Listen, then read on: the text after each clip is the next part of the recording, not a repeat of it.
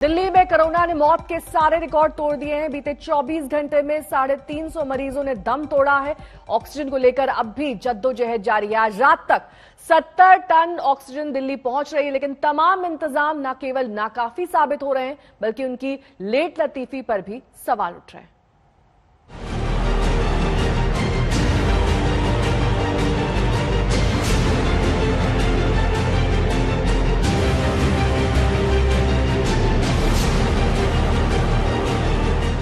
चौबीस घंटे में अब तक सबसे ज्यादा 350 की मौत। ऑक्सीजन के लिए अस्पतालों में भर्ती मरीजों की अब तक अटकी सांसें। अब कुछ बड़े अस्पतालों में बेड भी नहीं। कोरोना की सबसे ज्यादा खतरनाक और जानलेवा लहर से लड़ती दिल्ली के हालात कुछ ऐसे ही हैं। अस्पतालों में बेड नहीं है। आप देख सकते हैं यहाँ आरएमएल हॉस्पिटल के बाहर भी जो बोर्ड लगा है उसमें साफ साफ लिखा है कि ऑक्सीजन बेड, आईसीयू बेड कोई भी अवेलेबल नहीं है। दिल्ली के ज्यादातर अस्पतालों में यही हाल है।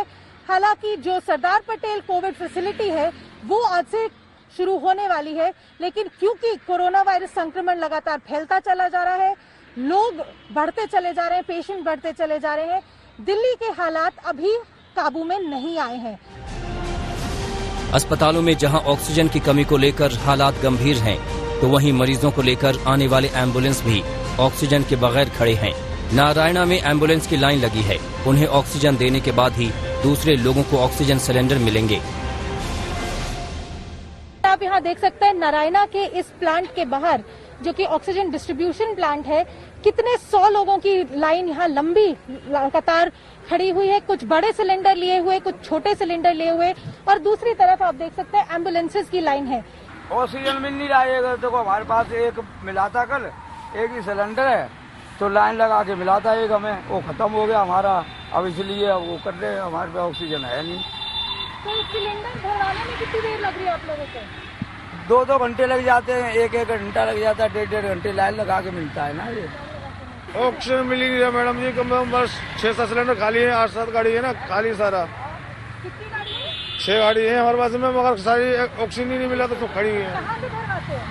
ये नारायणा प्लांट है इसका, वहाँ से भराते, वहाँ भी लाइन लगी रहती है, नंबर ही नहीं आता। कुल मिलाकर दिल्ली में ऑक्सीजन को लेकर अब तक हालात ऐसे नहीं कि अस्पतालों में भर्ती मरीज और बाहर उनके घर वाले चैन की सांस ले सकें।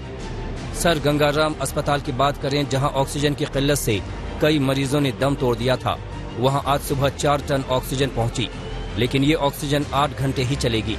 शाम तक उसे फिर से ऑक्सीजन की जरूरत पड़ेगी। पिछले कुछ दिनों से दिल्ली के तमाम अस्पताल ऑक्सीजन की कमी से मरीजों की जान खतरे में पड़े होने के संदेश दे चुके हैं। दिल्ली में जारी ऑक्सीजन की कमी को पूरा करने के लिए छत्तीसगढ़ के रायगढ़ से जिंदल स्टील प्लांट से 70 टन जीवन रक्षक ऑक्सीजन लेकर ऑक्सीजन एक्सप्रेस रवाना हुई। 4 टैंकर लेकर ये ट्रेन आज रात दिल्ली पहुंचेगी।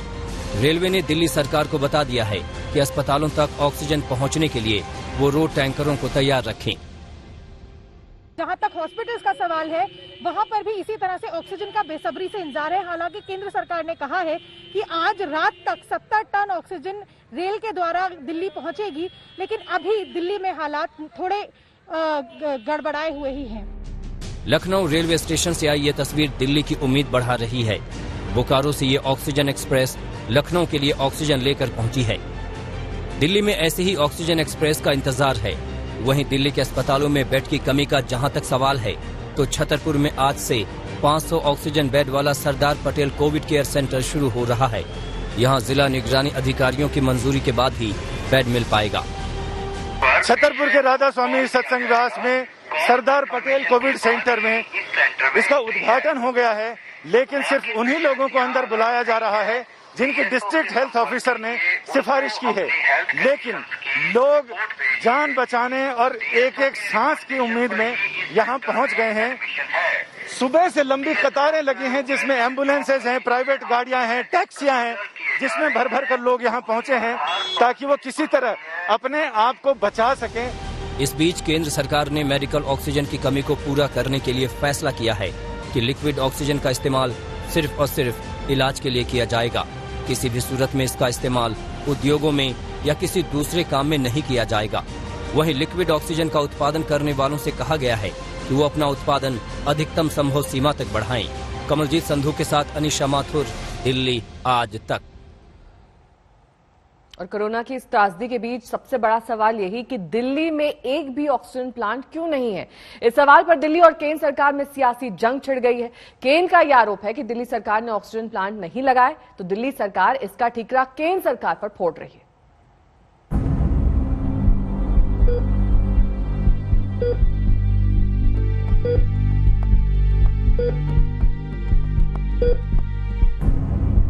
दिल्ली में ऑक्सीजन की काफी कमी महसूस हो रही है।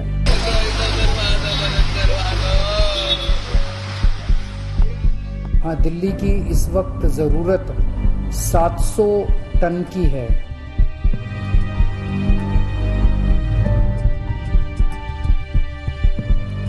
शुक्र है भाई साहब के मुंह से पिछले 1 साल के बाद में सेंट्रल केंद्र सरकार का नाम तो निकला। दिल्ली के अस्पतालों में ऑक्सीजन का आपातकाल है। मरीज और परिजन त्राही त्राही कर रहे हैं। वहीं राजधानी में ऑक्सीजन की किल्लत पर राजनीति चरम पर है। मुख्यमंत्री केजरीवाल का कहना है कि केंद्र ने जितनी ऑक्सीजन का वादा किया वो दिल्ली को नहीं मिल रही है। दिल्ली में ऑक्सीजन की काफी कमी महसूस हो रही है। हाँ, दिल्ली की इस वक्त जरूरत 700 टन की है और हमें केंद्र सरकार से 480 टन अलॉट हुई है।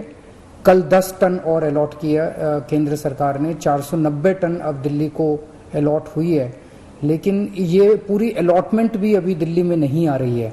अब मुझे तो आज तक ये समझ नहीं आया कि अस्पताल, बड़े बड़े अस्पताल दिल्ली में सरकारी और गैर सरकारी खड़े हो गए, जिनके पास अपना ऑक्सीजन संयंत्र ही नहीं है।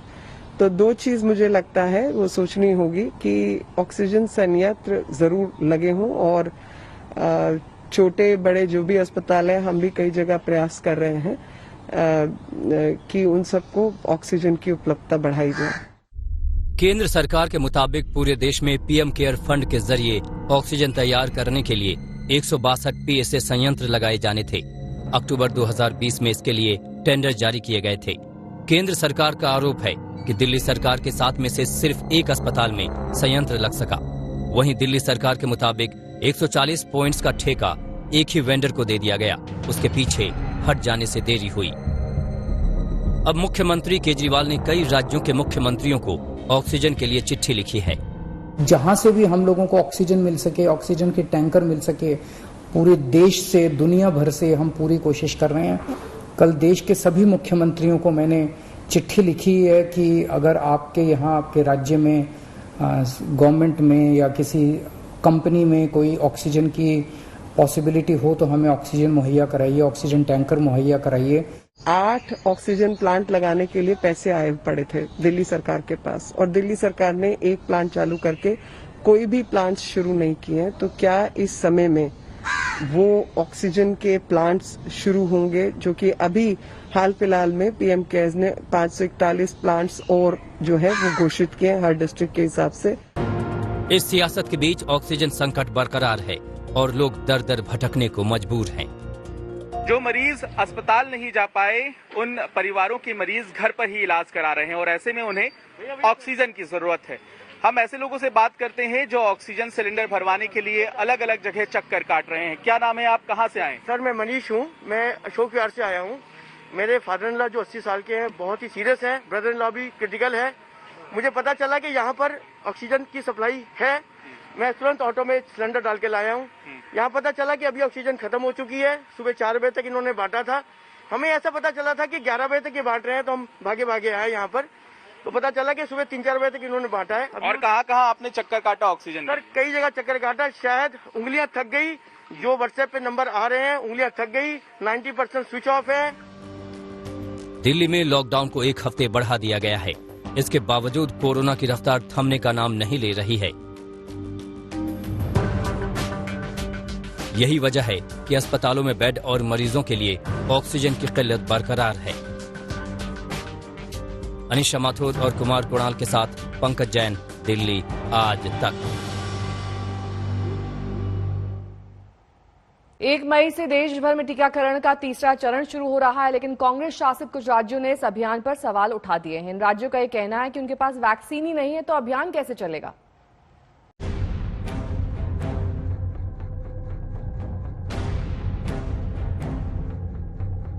एक स्वास्थ्य मंत्री कह रहे हैं वैक्सीन नहीं, सप्लाई नहीं है, और अगर ऑर्डर देने के लिए कहा जा रहा है तो फैक्ट्रियों के पास सामान नहीं है पूरा करने के लिए। एक और स्वास्थ्य मंत्री कह रहे हैं वैक्सीन नहीं। उन ऑर्डर्स की जो रिक्वायरमेंट है उसको पूरा करने में हमको 15 मई तक का समय लग सकता है, तब तक हम वैक्सीन देने की स्थिति में नहीं है। 1 मई से टीकाकरण का तीसरा चरण शुरू हो रहा है। 18 साल तक की उम्र वालों को वैक्सीन देने की तैयारी हो रही है। यूं कह लीजिए कि दुनिया के सबसे बड़े टीकाकरण अभियान का आगाज हो रहा है, लेकिन देश के 4 राज्यों ने हाथ खड़े कर दिए हैं। पंजाब का कहना है कि सरकार के पास वैक्सीन का स्टॉक ही नहीं, तो टीका कैसे लगाएगी। छत्तीसगढ़ का कहना है कि जब तक पर्याप्त टीके नहीं मिल जाते, 18 साल की उम्र तक के लोगों को टीका लगाना कैसे मुमकिन होगा। राजस्थान की सरकार भी मजबूरी बता रही है, कह रही है हमने तो दवा बनाने वाली कंपनी से सप्लाई मांगी, लेकिन कंपनी ने इनकार कर दिया है। तो झारखंड का आरोप है कि केंद्र सरकार को वैक्सीन के उत्पादन से नियंत्रण हटाना चाहिए, वरना टीकाकरण अभियान का नाकाम होना तय है। न केवल असंतुलित और अस्वीकार्य रेट बनाए हैं, सप्लाई नहीं है, और अगर ऑर्डर देने के लिए कहा जा रहा है तो फैक्ट्रियों के पास सामान नहीं है पूरा करने के लिए। 45 साल से ऊपर के लोग राजस्थान में 2 करोड़ 9 लाख है। इन सारे लोगों को अगर 7 लाख डोज पर डे हम दें, तब भी 1.5-2 महीना लग जाएगा इस कैटेगरी के लोगों को वैक्सीनेट करने में। सवाल ये कि हमारे पास वैक्सीन खत्म हो गई, फिर हमने भारत सरकार को कहा 1 लाख वैक्सीन बच गई, फिर उन्होंने 10 लाख भेजी, फिर 4 लाख भेजी। वैक्सीनेशन जो हमारे पास आज तक सिर्फ 34 लाख हमारे को डोजेज मिली है, जिसे 30 लाख को हम यूटिलाइज कर चुके हैं, और सिर्फ 4 लाख हमारी डोजेज हमारे पास बैलेंस है। ये आज कोरोना से ये जंग साझा प्रयासों से ही जीती जा सकती है। अच्छी बात यह है कि टीकाकरण को लेकर देश में जागरूकता बढ़ी है। राज्य सरकारें तैयारी में हैं। वैक्सीनेशन के तीसरे फेज को लेकर सरकारें एक्शन में दिख रही हैं।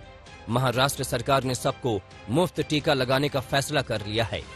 वैक्सीन न उपलब्ध होने के कारण बहुत सारे सेंटर हमारे बंद हो गए। हम मांग करते हैं कि केंद्र जल्द से जल्द जो पूरा उनका स्टॉक है वो हमें मुहैया कराने का काम करे, ताकि 45 साल के ऊपर के जो सिटीजन हैं उनका जो रजिस्ट्रेशन हुआ है हम जल्द गति से वैक्सीनेशन करें। हम मांग करते हैं कि केंद्र जल्द से जल्द हमें वैक्सीन उपलब्ध करे। महाराष्ट्र पर कोरोना की मार सबसे ज्यादा है। यहाँ टेस्ट भी खूब हो रहे हैं, तो संक्रमण के केस भी मिल रहे हैं, लेकिन लोग अब टीका लगाने से हिचक नहीं रहे। कोविड की सेकंड वेव के चलते केसेस बढ़ रहे हैं, लोगों की मौतें हो रही है, हॉस्पिटल बेड अवेलेबल नहीं है। साथ ही साथ वैक्सीनेशन लेने के लिए लोग आगे आ रहे हैं, और आप ये बीकेसी जंबो फैसिलिटी पे जो लोग वैक्सीनेशन लेने आए बेनिफिशियरीज, उनसे आप अंदाजा लगा सकते हैं कि लोग सही मायनों में अब आगे आकर वैक्सीन ले रहे हैं। ये रजिस्टर्ड यूजर्स हैं, उतनी ही तादाद में हमारी दूसरी तरफ जो है वो अनरजिस्टर्ड जो लोग आए हैं उनकी यहाँ पर भीड़ है। कोरोना को हराने के 2 ही रास्ते हैं, सावधानी ताकि संक्रमण न फैले, और टीका जो कि कोरोना से जंग में आपकी कवच बन जाए। इसलिए जब भी आपकी बारी आए टीका जरूर लगाएं। मुंबई में मुस्तफा शेख के साथ आज तक ब्यूरो।